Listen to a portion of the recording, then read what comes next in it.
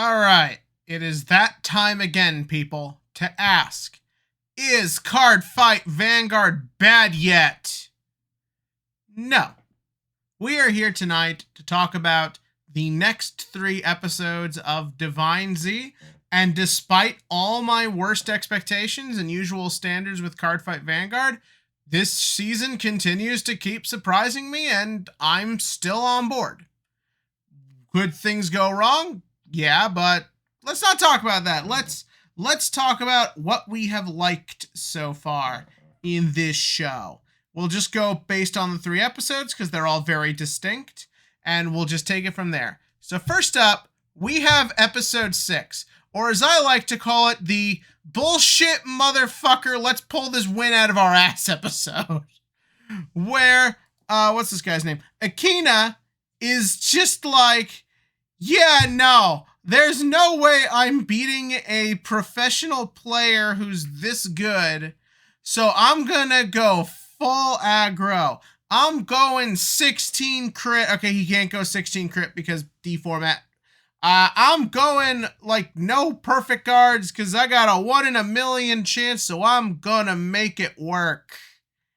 And you know what? I enjoyed this. I enjoyed this episode as kind of just a fun David versus Goliath type thing. I like the way they're building up the relationship with Akina, and now we'll talk a little bit that a little bit later. But effectively, the idea of this sort of episode is that Akina's hanging out. Akina just goes to Now for training, and they never shy away from the fact that Akina as a beginner has no real chance to win. In fact, I thought that's where this was going, that he wouldn't win. I thought, you know, that guy's a pro player and this dude's a novice. And a part of me would have been curious what had happened if maybe they did go that route, like Akina loses and then somehow has to get back in the tournament type thing. And I don't know, I kind of felt like that might have been where it was going, instead of just the typical trope of the beginner is able to just win with the power of heart and shit. I mean, like, some Vanguard decks over the years do function with this heavy level of aggression like that. Like, I'm sure many of us remember during V format, you had 16 crit Angel Feather. I have seen people in D format cut back on perfect guards because with how aggressive D gets, sometimes you just want to hit. You don't really care about defense because the decks in this format can like hit for like hard enough numbers that sometimes a perfect guard wouldn't help much anyways. But all in all, I really did enjoy this, and I like the relationship between Akina and Now. I think it's actually pretty well done, and I like where a lot of it's going with the two of them. Then we have episode 7, or as I just call it whenever we get to this guy, the Masanori episode. I know I kind of was critical on bringing Masanori back and how I wasn't super crazy about it, but it's hard to not find this guy entertaining. Like, it really is just that simple. A lot of it is the actor, a lot of it's the animation, which I guess at this point just makes for a good character. All in all, but I feel like he's just very likably devious. And that's kind of what you got going here. And something I like is that he like just kind of pushes the question asking forward in a way that like the others don't. I do like the fact that everyone reacts to this whole insanity with a fair amount of skepticism, but the idea that like Gabuelis, or however you pronounce this stupid plushie's name, can just dangle that wish in front of them kind of makes them end up going along with it. But since Masanori doesn't really have like a big goal, he just kind of wants to start shit, he can like keep that clear mind and ask the question of, so what do you really want? What's the point of this? What's going on? And we do get a little world building. Now, many of you will know that over the years, I have said that Cardfight Vanguard's world building has been pretty fucking atrocious for the most part. I never really feel like they've actually really like sat down and asked, okay, what is Cray? How does it affect the world around it? How does it affect the people of the world? And all of that. I just don't feel like they've ever really concentrated on this. But I will say that the way they lean into it here, I think kind of works. The idea is that there is a power to just kind of like I don't want to use the term grant wishes, even though that's how it's being presented. I have a feeling this weird plushie is after something that will be explained later. I feel like that's pretty obvious that that's where it's going with him. But I like this kind of idea that there is this supernatural energy in this world and Cray emanates it. And that's where all the power and all the connection between humanity and Cray comes from, is this energy source. Is it the most original or complex or rich idea in the world? No. But I think for what it is and what they're trying to do and set up, I do think it works, and I do kind of like the idea. And again, it keeps it simple. And the rest of that episode is mostly just Masanori hanging out with Greedon Kid and having a card fight because we got to show off the new Zorga. And you know what? That's done pretty well. I think it's an entertaining fight. Again, both these characters can be entertaining when they want to be.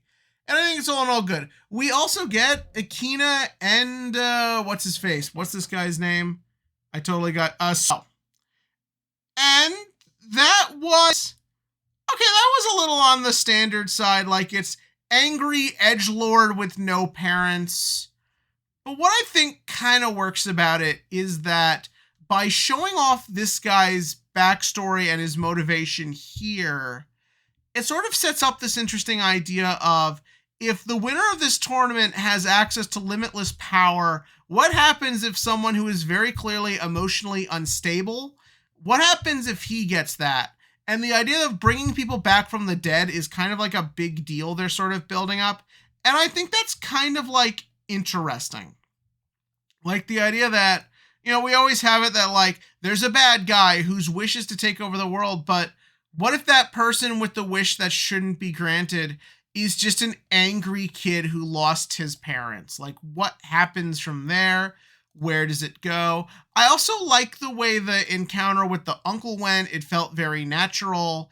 Like, you really do get the sense that Akina just kind of wants to help this guy because he feels bad for him. Like, maybe he senses a bit of a kindred spirit, someone who also hasn't had it so easy, and maybe kind of wants to help out with that. We also get our seasonal form of man service of Akina in the bathroom, in the tub, if you're into that sort of thing. And yeah, I just thought it was pretty nice. And then we move on to what is, in my opinion, the worst episode, episode 8. And you know why it's the worst? Because we see everyone at the beach and I don't get now in a bikini. You had one job, Cardfight Vanguard. You had one fucking job. But I will say I really liked this one as a break from the tournament. I like the idea of keeping now relevant, as again, if many of you may remember, that was a fear I had, that they would all just get written out through at the tournament. But no, I kind of like the idea that like her story arc gets to still be a thing. I like the idea that her and Akina, like, she just needed someone to talk to just to get her mind off it till she just went asleep. I thought that was cute. I think their back and forth in general is very nice to watch.